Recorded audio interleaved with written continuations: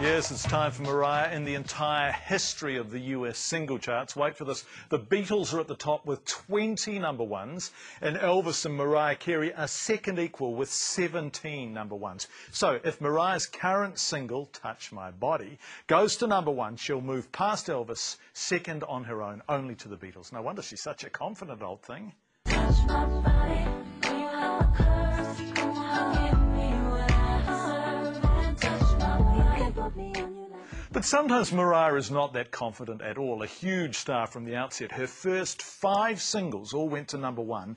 She collapsed in 2001 and almost lost the plot completely. Her album, The Emancipation of Mimi, was an extraordinary comeback. And in a fortnight, her new album, E=MC², is out. But let's go back almost 2 decades to when this kid came from nowhere to megastardom.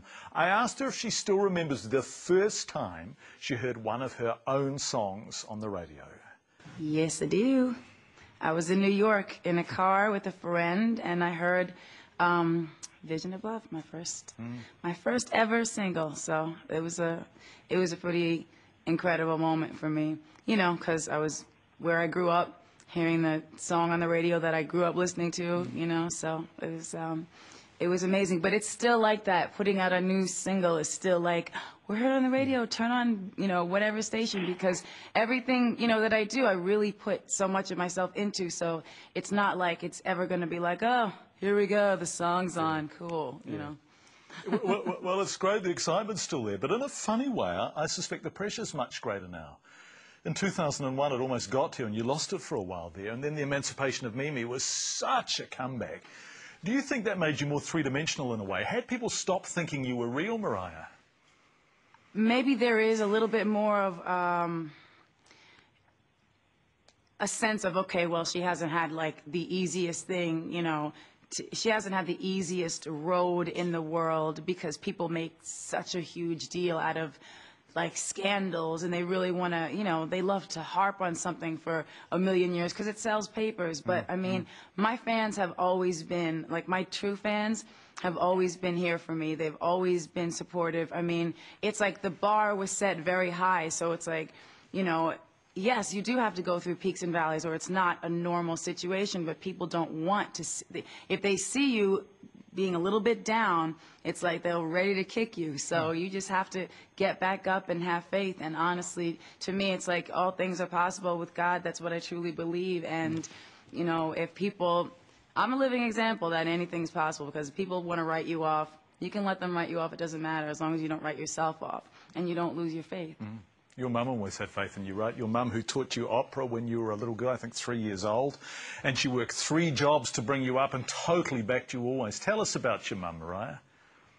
Well, you mentioned that she was an opera singer before, and she also sang and sings jazz and all different types of music, and she definitely had music throughout my house while I was growing up, and, you know, she was very supportive of me in my dream of becoming an entertainer.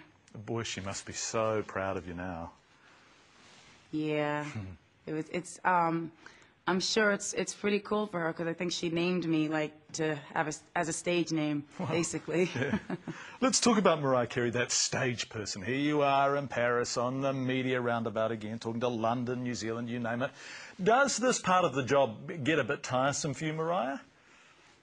Well, honestly, sometimes, yes, it is thoroughly exhausting. And the funny thing is, people probably think that this isn't a job. You know what I mean? But, you know, when you do have to promote and you do travel around the world, yeah, there's like a glamorous element to it, but not after like the 8th day on a promo trip where you're doing 20 things a day. But fortunately, I found like somewhat of a balance in terms of just keeping the schedule, so it's cool, you do your work, you know, and then you come home, and like if I get to talk to somebody like you, who's nice and who actually cares, that, because I know your schedule must be, you know, kind of tough too, so you're probably figuring that, knowing your schedule, mine is even worse, right? Yeah, mad, I suspect. Which brings us, of course, to the new CD, E=MC², Mariah Carey. You know, make your Oscar speech. Are you proud of it, the CD? I am very proud of the record. I spent a long time working on it.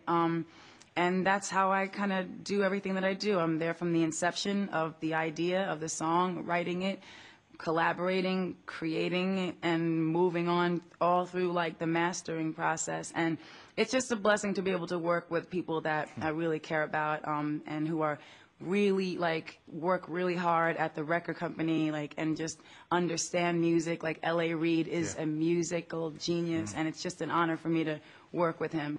I'm fortunate now to be in a great place where I really love the people that I work with, and they understand me musically. And Jermaine Dupri's there too, so like everything's lovely.